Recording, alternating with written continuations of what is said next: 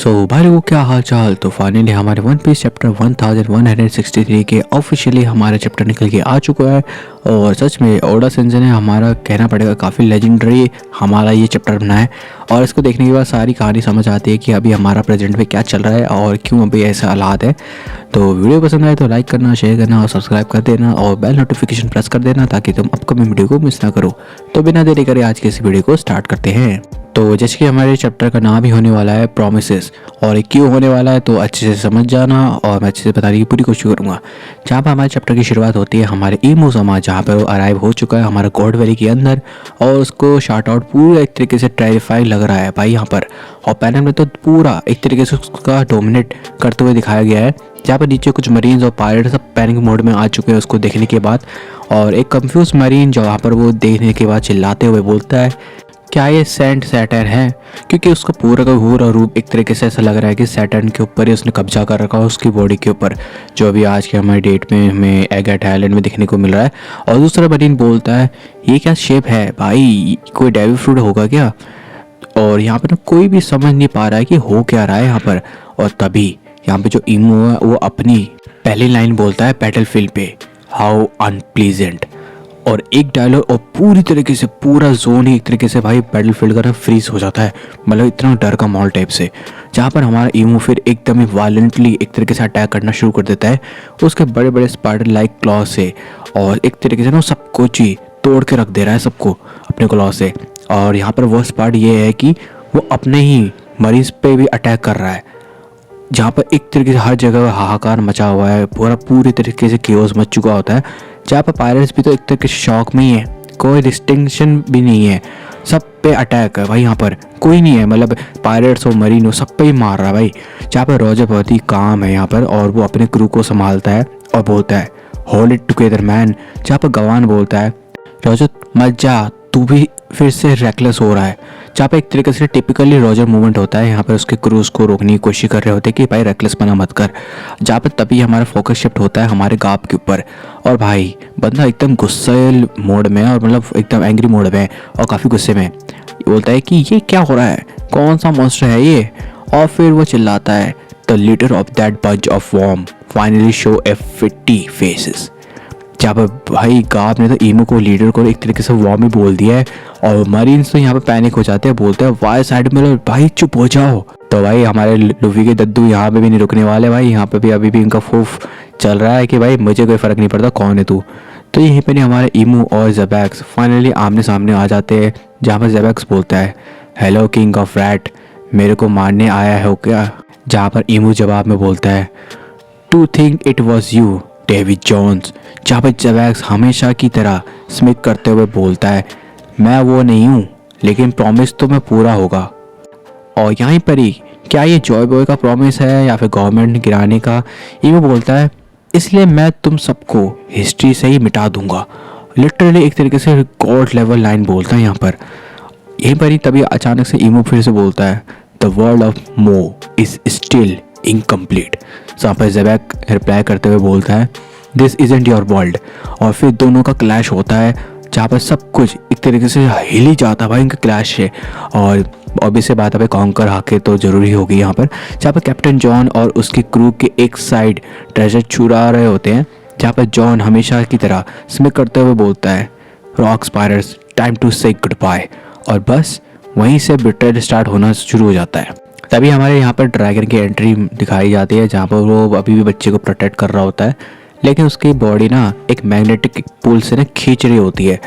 और यहीं पर ही हमारे डबल प्लेयर स्प्रेड में दिखाया जाता है कि एक तरीके से पूरी तरीके से केओस मच चुका है, जहाँ पर कैप्टन जॉन्स रिवील करता है कि उसके अपने डेविल फ्रूट के बारे में, जिसका नाम है जिगी मोमी, यानी कि मैग्नेट फ्रूट। तो ये जो ड्रैगन को जो ये परेशानी हो रही है, जो एक तरीके से मैग्नेटिक पुल हो रहा है, ये कैप्टन जॉन कर रहा है अभी। और यही हो रहा है सेम ऐसे जो ये फ्रूट है ये हमारे किड का है। तो समझ गए ये फ्रूट पहले सबसे पहले किसके पास था और अब किसके पास है। तो ये सेम ऐसे ही है जो कि किड के पास है अभी। फिर हमें दिखाया जाता है जो कि गैंजुआ अपने अटैक करता है अपने बम फ्रूट से, और इसका अटैक का नाम होता है स्काई स्नैक रेड कैनन। और यहीं पर ही हमारा कैप्टन जॉन है वो डाउन हो जाता है, जहाँ पर ड्रैगन फिर से बेबी को प्रोटेक्ट करने की कोशिश कर रहा होता है, बट यहाँ पर ड्रैगन गिर जाता है और ग्राउंड पे, और यहाँ पे वो नोटिस करता है कि जो बेबी है वो मिसिंग हो चुका है। और यहाँ पे एक बहुत ही प्यारा और हार्ट टचिंग पैनल बोल सकते हैं, जहाँ पर बेबी सैंक क्रॉलिंग करते हुए ना एक तरीके से डेबरी में जा रहा होता है। वो एक ट्रेजर चेस्ट के अंदर घुस जाता है और वहीं से रॉजर उस चेस्ट को ना उठाता है, और that's how Shanks came to Roger ship. तो जो अभी तक हमें दिखाया जा रहा था कि ट्रेजर के अंदर हमारा शैंक्स कैसे आया था, तो वो ऐसे आया था। तभी हमारा शिफ्ट फेसेस चेंज होता है, जहाँ पर हमारा वाइट बियर्ड अपना पंच रेडी कर रहा होता है, जहाँ पर रॉजर, गाब, बिग मॉम, काइडो, ज़ेबेक सब एक ही टारगेट पे है, और वो ना सब मिल के इमो पर एक तरीके से धावा बोल देते हैं, जहाँ पर गाब अपने galaxy impact, Roger divine departure, space breaker, बोरो, ब्रीथ सब एक साथ भाई अपने अपने फुल्ली खतरनाक अटैक मारते हैं, और एक तरीके से ना बहुत ही बड़ा केओस मचता है, जहाँ पर इमो की बॉडी का तो लिटरली एक तरीके से ना चिथड़े चिथड़े हो जाते हैं। लेकिन भाई यहाँ पर इमू का एक आई अभी भी ना ग्लो कर रहा होता है, इतने बड़े केओस के बाद भी, इतने बड़े बड़े अटैक के बाद भी।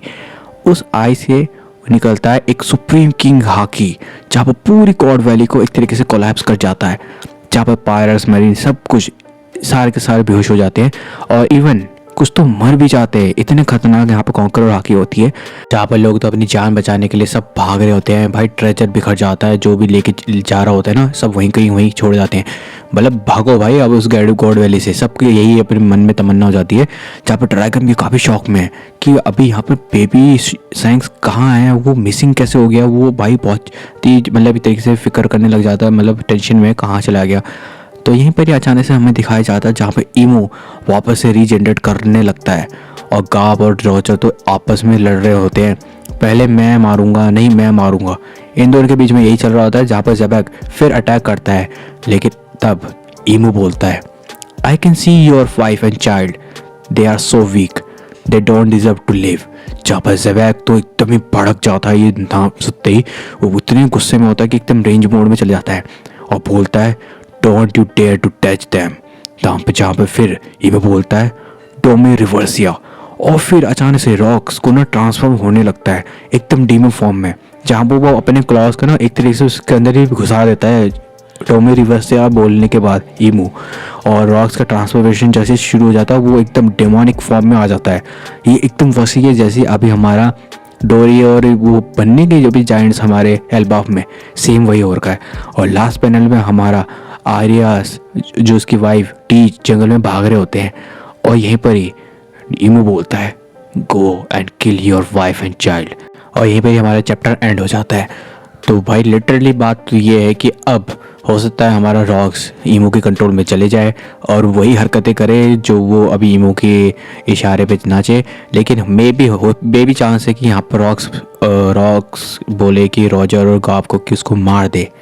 भाई अब तो यही लग रहा है, मे भी यही चांस है। बाकी तो ऐसे तो भाई रॉक्स मरने से रहा, लेकिन अभी तो सारा किस्सा समझ में आ रहा है कि इसकी मौत अब कैसी होगी, लेकिन देखते हैं। तो नेक्स्ट वीक हमारा कोई ब्रेक नहीं है, और चैप्टर तो काफ़ी इंटरेस्टिंग क्या बहुत ही पीक लेवल का था।